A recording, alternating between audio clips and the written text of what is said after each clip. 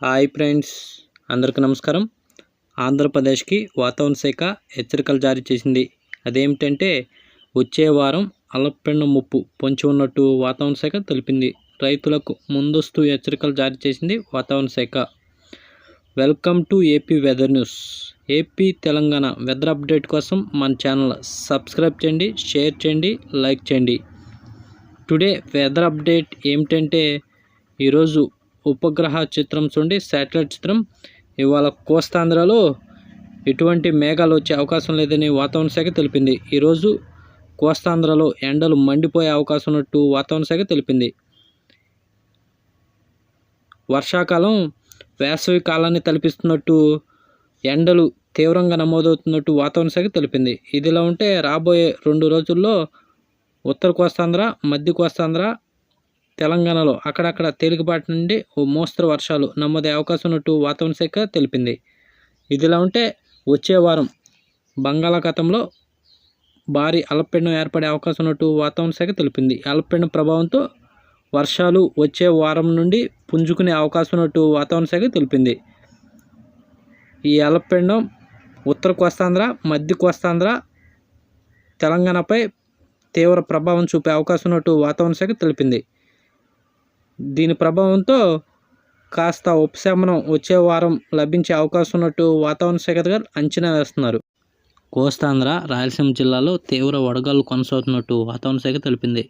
రాగల 24 గంటల్లో విశాఖపట్నం, విజయనగరం, శ్రీకాకుళం జిల్లాలో అక్కడక్కడ తేలికపాటి నుండి ఓ మోస్తరు వర్షాలు నమోదయ్యే అవకాశం ఉన్నట్టు వాతావరణ శాఖ తెలిపింది. ఇటు మధ్య కోస్తా జిల్లాలైన కృష్ణా, గుంటూరు, తూర్పుగోదావరి, పశ్చిమ గోదావరి జిల్లాల్లో అక్కడక్కడ తేలికపాటి వర్షాలు నమోదయ్యే అవకాశం ఉన్నట్టు వాతావరణ శాఖ అంచనా వేస్తుంది. ఇదిలా ఉంటే ఇటు రాయలసీమ జిల్లాలో వర్షాలు తగ్గుముఖం పట్టినట్టు వాతావరణ శాఖ తెలిపింది. ఇటు దక్షిణ కోస్తా జిల్లాలైన అన్నమయ్య, చిత్తూరు, తిరుపతి జిల్లాలో అక్కడక్కడ తేలికపాటి వర్షాలు నమోదయ్యే అవకాశం ఉన్నట్టు వాతావరణ శాఖ అంచనా వేస్తుంది.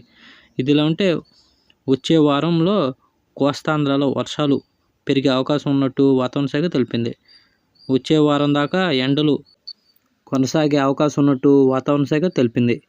ఇదిలా ఉంటే వచ్చే వారం 26వ తారీఖున ఒక భారీ అల్పపీడనం ఉత్తర బంగాళాఖాతంలో ఏర్పడే అవకాశం ఉన్నట్టు వాతావరణ శాఖ తెలిపింది. దీని ప్రభావంతో వచ్చే వారం 26, 27, 28 తారీఖుల్లో ఓ మోస్తరు నుంచి భారీ వర్షాలు ఉత్తర కోస్తాంధ్ర, మధ్య కోస్తాంధ్ర జిల్లాలో నమోదయ్యే అవకాశం ఉన్నట్టు వాతావరణ శాఖ తెలిపింది. ఇదిలా ఉంటే అటు తెలంగాణలో కూడా తూర్పు తెలంగాణ, మధ్య తెలంగాణ జిల్లాలో ఓ మోస్తరు నుంచి భారీ వర్షాలు వచ్చే వారం ముంచెత్తే అవకాశం ఉన్నట్టు వాతావరణ శాఖ తెలిపింది.